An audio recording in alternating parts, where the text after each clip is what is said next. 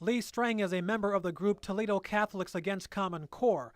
One of the reasons his group opposes Common Core is what he calls nationalization, that the same standards are applied to all districts around the country, and that this takes power away from school districts to make local decisions about their students.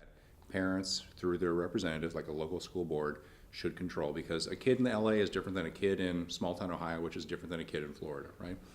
Strang says parents have complained to him that the Common Core testing is too rigorous. And it's intensive. And so one of our acquaintances had a third grader in a local school district who had this child's first experience with the Common Core, and the child was so nervous to the point of vomiting. Like, it was a terrible experience for the child. U.S. Education Secretary Arne Duncan was at the Toledo Technology Academy on Tuesday. He argued that the Common Core standards are needed to make sure high school students are ready for college. But of the high school graduates, something like 40% are taking remedial classes in college.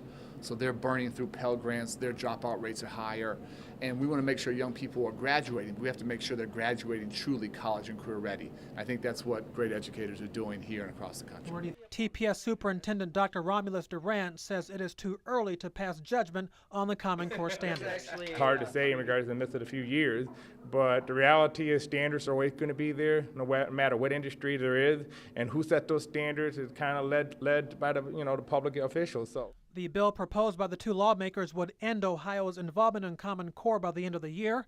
That would pose a problem for school districts that are already implementing the standards. Hubert Wiggins, NBC 24 News.